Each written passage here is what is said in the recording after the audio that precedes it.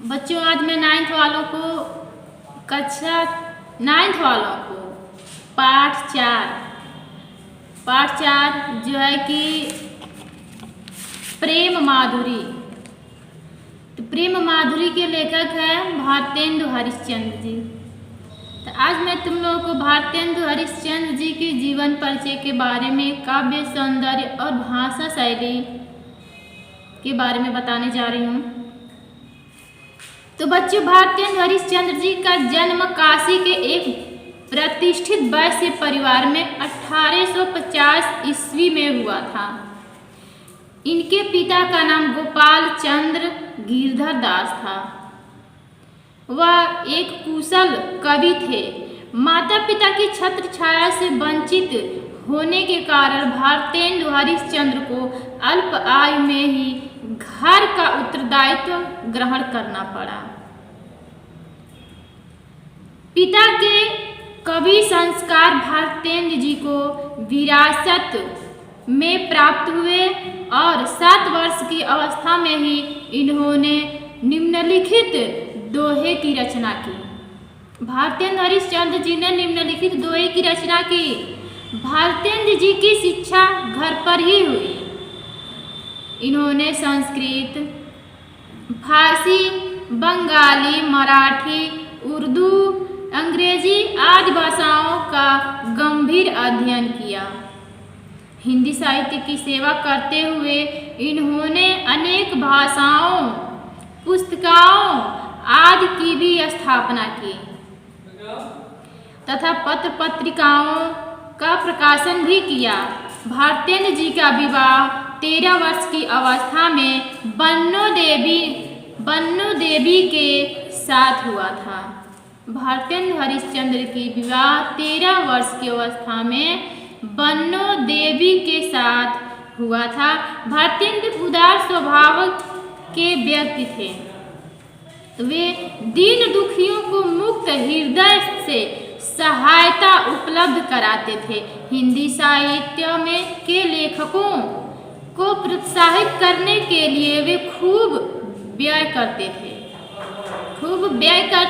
परिणाम यह हुआ कि भारतेंदु जी ऋणी हो गए तथा अंत में क्षय रोग से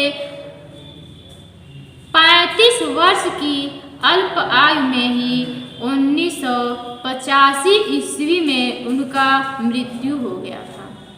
भारतेंदु हरिश्चंद्र की मृत्यु 1985 ईस्वी में ही हो गई। अब है काव्यगत विशेषताएं। भारतेंदु जी की काव्यगत विशेषताएं हैं। भारतेंदु जी अत्यंत प्रभुशाली थे। 9 वर्ष की आयु से ही इन्होंने काव्य रचना करने लगे थे। अपने काव्य, नाटक, प्रसहन, निबंध आदि की भी रचना की। भारतेंदु जी स्वयं लिखते थे तथा नए लेखकों को लिखने के लिए प्रोत्साहित करते थे। वे उनकी धन से सहायता भी करते थे। वे उनकी धन देकर भी सहायता करते थे। अपने तो खुद लिखते थे और दूसरों लेखकों से भी खुद लिखवाते थे। अब इनकी काव्य है कला पक्ष। पहला है कला पक्ष, भाषा शैली। भारतेंदु जी ने अपनी कविता के लिए उस समय प्रचलित सर्वमान्य ब्रज भाषा की ही ग्रहण किया है, किंतु गद्य के क्षेत्र में खड़ी बोली का प्रयोग किया गया है। भारतेंदु जी की भाषा में उर्दू तथा फारसी के शब्दों का भी प्रयोग मिलता है। अब है शैली एवं छंद। भारतेंदु जी ने मुक्तक तथा गीत शैलियों की काव्य की रचना की है।